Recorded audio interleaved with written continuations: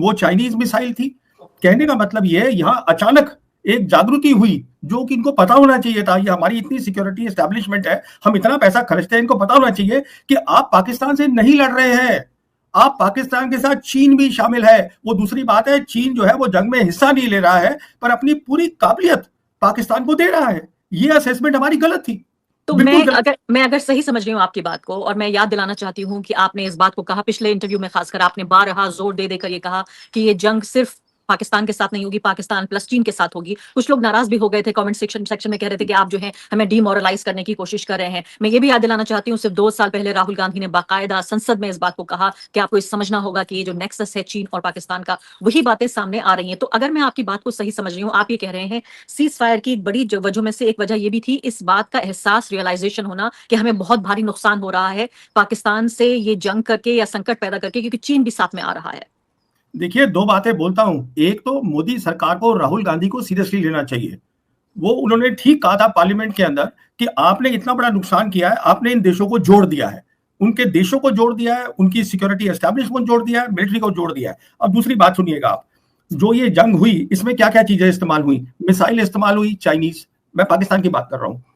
Aircraft use हुए Chinese. Electronic warfare एक चीज होती है, उसमें मदद मिली। क्या होता है इलेक्ट्रॉनिक वॉरफेयर? उसका मतलब होता है कि आप दुश्मन के कम्युनिकेशन को जाम कर दे और उसमें सुने भी कि वो क्या बातचीत कर रहा है। वो जो ये थे, ये इनके एयर मार्शल पाकिस्तान के, वो उसकी क्लिप सुना रहे थे, वॉइस रिकॉर्डिंग सुना रहे थे वहां इंटरनेशनल मीडिया को। उसके बाद क्या होता है, उनकी बेदू सैटेलाइट सिस्टम है, उसकी मदद मिली इनको। तो ये सब बातें तो पहले पता होनी चाहिए था ना, जब राहुल गांधी ने इनको समझाया था। अगर ये उस समय समझ जाते तो उनकी बात समझ में आ जाती कि हम इस समय पाकिस्तान के साथ जंग नहीं करेंगे, हम जंग कर रहे हैं पाकिस्तान और चीन के साथ। पर ये कहां समझ रहे हैं उस बात को, इसलिए पैनिक हुआ 8 तारीख सुबह को। मैं आपसे सवाल पूछूंगी खासकर इंडियन एयरफोर्स को लेकर, ये बहुत जरूरी सवाल है, पूछा जाना चाहिए कि क्या भारत में, भारत की सेना, सैनिक तैयारी, इसमें कोई कमी रह गई क्या? हमारे लिए भविष्य के लिए जरूरी है, क्योंकि आपने कहा कि भाई भारत की जो सरकार या सेना या विदेश मंत्रालय, बहुत मुश्किल है उनके लिए इस बात को सीधे तौर पर कबूल करना कि हम कमजोर हैं या हमारे साथ गलती हुई। लेकिन एक नागरिक के तौर पर, एक पत्रकार और आप एक सिक्योरिटी एनालिस्ट होने के नाते,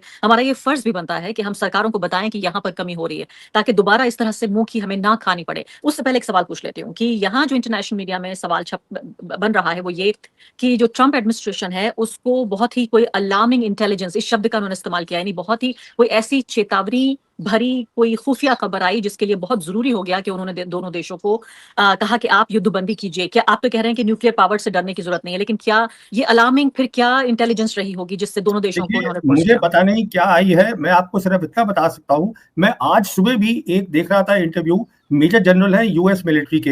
ये एक गलत फहमी है इन लोगों के दिमाग में कि पाकिस्तान जो है वो कमजोर मिलिट्री है। देखिए, पाकिस्तान में बहुत प्रॉब्लम्स होंगी, पर जहां तक मिलिट्री का ताल्लुक है वो हमेशा हमारे साथ उन्होंने कंपीट किया है। इस बात को समझना है। अगर आपको कन्वेंशनल वॉर में आप कंपीट कर रहे हैं तो न्यूक्लियर वेपन की बात कहां से आ गई? न्यूक्लियर वेपन वो इसलिए लाते हैं क्योंकि उनकी ज्योग्राफी नैरो है, उनकी ज्योग्राफी नैरो है। बहुत सारे उनके जो टाउन्स है, लाहौर है, वो बिल्कुल सटे पड़े हैं हमारे बॉर्डर के साथ। तो वो इसलिए लाते हैं कि कहीं अचानक कुछ हो जाए तो उनको पता होना चाहिए हमारे पास न्यूक्लियर वेपन है। पर वो इस्तेमाल नहीं करेंगे कभी भी, उनको जरूरत ही नहीं है। और अब तो आप देख लीजिए ना, चीन उनके साथ खड़ा हुआ है। चीन ने 2019 के बाद जब हिंदुस्तान की सरकार ने 370 और 35A हटाया जम्मू कश्मीर से, तब से चीन का सब लीडर शी जिनपिंग से नीचे तक बोल रहा है कि हम पाकिस्तान की सिक्योरिटी और सॉवरेनिटी को सपोर्ट करते हैं। आप इसका मतलब क्यों नहीं समझ रहे हैं?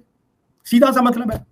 तो जहां तक ये अमेरिकन का ताल्लुक है, ये अमेरिकन को अब क्या मिला मुझे मालूम नहीं है।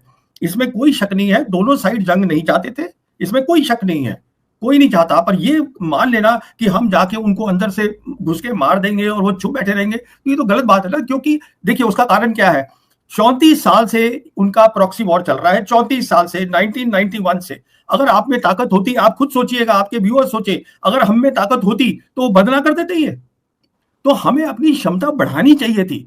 ये देखिए, आपने, ठीक है वो आपकी सोच है, आप सरकार है, आप जो भी कुछ करिए, पर ऐसा इसमें क्या होता है कि इंटरनेशनल स्टैंडिंग जो होती है वो अच्छी नहीं लगती हम सबके लिए। हम सब हिंदुस्तानी हैं, हमें अच्छा नहीं लगता। लेकिन मैं सवाल जो पूछने जा रही हूँ इसके दो हिस्से हैं। पहला ये है कि क्या पहले भारत में कभी ऐसा हुआ कि जाके रावलपिंडी और अंदरूनी इलाकों में जाके आतंकवादियों के ठिकानों पर हमले किए, हमने बाकायदा देखा कि उनके अंतिम संस्कार हो रहे थे, यानी इसका मतलब आतंकवादी मारे गए, उनकी हमने लिस्ट भी देखी कि ये आतंकवादी मारे गए, इन आतंकवादी संगठनों से थे वो। तो पहली बात तो ये है कि ये पहले कभी नहीं हुआ, तो क्या इसको एक सफलता के तौर पर नहीं देखा जाएगा? पहले इसका जवाब दीजिए, फिर दूसरा मैं सवाल पूछती हूँ।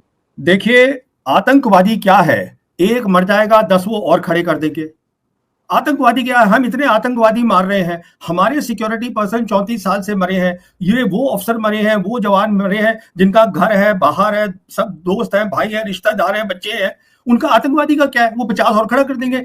हम में अगर क्षमता है तो हमको जो आतंकवादी बनाते हैं, जो पाकिस्तान मिलिट्री है, उसके साथ लड़ाई करने की अगर हमें क्षमता है तो वो बंद कर देंगे। ये सब सीधी सी बात है। तो यही तो करना चाहती थी भारत की सरकार, तो जिससे ये पहले गलत, युद्ध देखिए विराम जो हमारे ऊपर थोप दिया गया। ना ना ना ना, सुनिए सुनिए, ये जो एयरफोर्स का इस्तेमाल होता है, ये एक एस्केलेटरी इस्तेमाल होता है, लड़ाई होने वाली है तब होता है। 2019 में क्या हुआ जब हमने बालाकोट किया, वो पहली बार मोदी सरकार ने, कभी किसी सरकार ने एयरफोर्स का इस्तेमाल नहीं किया था। तो वो जो थे वो उसमें रह गए, उनको नहीं पता चला, पर अगले दिन उन्होंने अटैक किया, उन्होंने ऑपरेशन स्विफ्ट रिटॉर्ट किया। मैं उसकी डिटेल में नहीं जाना चाहता। तो हमारी बहुत सारी एयरफोर्स की जो कमजोरियां थी वो दिखी। अब हमको उससे सबक सीखना चाहिए था कि साहब ये चलता नहीं है, ये सब चीज की मैं वहां आतंकवादी मारने जा रहा हूं, आप पहले अपनी ताकत बनाइए, और आपके पास ताकत है तो आपको मारने की जरूरत ही नहीं है, वो वैसे ही बंद हो जाएगा। तो इस बार हमने यही किया।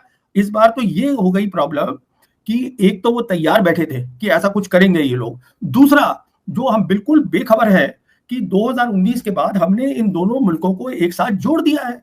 तो पाकिस्तान से तो आप लड़ाई कर ही नहीं रहे थे। तो अब ये देखिए, इन बातों को, ये आतंकवादी की बात नहीं है। आतंकवादी हम यहां भी मार रहे हैं, अब वहां भी। आप सिर्फ दिखाना चाहते थे कि हम ताकतवर हैं, तो उसने रिस्पॉन्स दे दिया आपको। तो अब मेरा अगला सवाल आपसे यही होने जा रहा है। आप ये कह रहे हैं कि आतंकवादी 10 मर गए, 100 और आ जाएंगे, क्योंकि अगर पाकिस्तान आतंकवाद को एक स्टेट पॉलिसी के तौर पर, एक राज्य की नीति के तौर पर इस्तेमाल करता है कि भी हम आपको फौजी नहीं भेज रहे हैं, लेकिन आतंकवादियों के जरिए हम परोक्ष रूप से, इनडायरेक्टली आपके साथ जंग हम छिड़ी हुई है। तो भारत सरकार के पास भी, जो कि एक लोकतंत्र है, हर तरह के सवाल यहाँ उठते हैं, विपक्ष है, पत्रकार है, सिविल सोसाइटी है, हर तरह की जवाबदेही है। पाकिस्तान को अगर देखें तो कोई इतना अच्छा लोकतंत्र नहीं है, वहां जो भी सेना फैसला ले लेती है वो एक फैसला हो जाता है। तो इसको किसी और रोज तराजू में हम जरूर तोल के देखेंगे क्या फायदा क्या नुकसान है। लेकिन अभी मुझे बताइए कि अब एक सिक्योरिटी एनालिस्ट होने के नाते, जब इस जंग के बाद की तस्वीर, जबकि धूल उड़ रही है इस मैदान में, जब आप देखते हैं, तो मुझे बताइए आप क्या खोया क्या पाया? देखिए, पहली बात तो मैं कहना चाहता हूं, ये जंग नहीं थी, ये क्राइसिस थी। ये जरूरी है, इसको फर्क को आप पहले समझिए। अब हमने क्या खोया है ये देखिए। हमने पहली बात, मिलिट्री के मायने से हमने अपने इंडियन एयरफोर्स की और कमजोरियां दिखा दी। अब मैं उसका यहां बयान नहीं करना चाहता हूं इस समय, क्योंकि जैसे हमने वहां बालाकोट में दिखाई थी कि हमारी इलेक्ट्रॉनिक वॉरफेयर बहुत अच्छी नहीं है, यहां हमने बहुत सारी और दिखाई है, पहली बात। दूसरी बात, हमने ये दिखा दिया मिलिट्री टर्म्स में कि हमारी मिलिट्री की प्लानिंग और उससे पहले वॉर एप्रिसिएशन, ये देखना कि हमारा दुश्मन कौन है, हम उसमें भी चूक गए बिल्कुल। इसका मतलब हमारी जो पूरी सिक्योरिटी एस्टैब्लिशमेंट है उसमें चूक गई।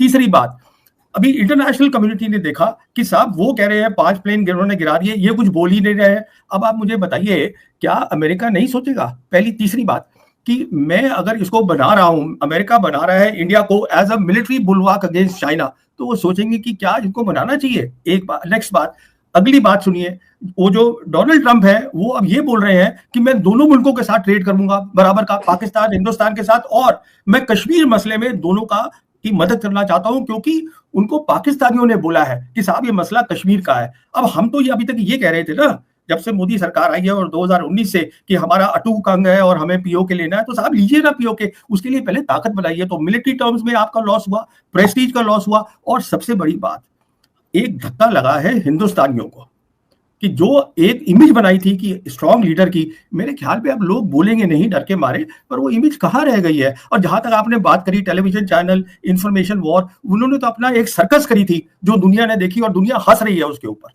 लेकिन तो अभी आप देखिए कि देखिए कि आतंकवादियों की हमने, हमने देखा, तस्वीरें सामने आई भारत में, जो लोग आतंकवाद के शिकार हुए पहलगाम में, उनके परिवारों ने ये कहा कि हमें बड़ी ठंडक पहुंची। एक बार को ये मान लेते हैं कि चलिए इस जख्म पे, मैं कहती हूँ इस नासूर पे, अगर बैंडेड भी लगा के कुछ करने की कोशिश हुई तो कम से कम इतना हुआ। लेकिन अब भारत ने साफ तौर पर यह कह दिया है कि अगर अब कोई आतंकवादी कार्रवाई होती है तो इसे एक्ट ऑफ वॉर माना जाएगा पाकिस्तान की तरफ से। तो पाकिस्तान को सचेत हो जाना चाहिए। देखिए ये मेरे हिसाब से एक और गलती हो गई। वो कैसे गलती हो गई कि अभी इस ऑपरेशन सिंदूर में हमने क्या देखा? हमने देखा कि दोनों साइड ने क्राइसिस सिचुएशन में ड्रोन्स का खुल के इस्तेमाल किया, मिसाइल का खुल के इस्तेमाल किया। अभी लड़ाई शुरू नहीं हुई है, दोनों साइड ने किया खुलकर। तो अब ये न्यू नॉर्मल बन गया। अभी उसके बाद अगर आप ये बोल रहे हैं कि अब देखिए, मान लीजिए, ना हो खुदा खास्ता, पर मान लीजिए कल एक और हमला हो जाता है जम्मू कश्मीर में, तब ये होगा हमारी सरकार को अब लड़ाई करनी है। फिर आप क्या अभी लड़ाई के लिए तैयार हैं? आपने ऑलरेडी एयरफोर्स की कमजोरी दिखा दी है ऑपरेशन सिंदूर में, हमारी क्या क्या कमजोरी है। आपका एप्रिसिएशन ये गलत हो गया कि साहब ये पाकिस्तान नहीं है, पाकिस्तान के साथ चीन है, उसके ऊपर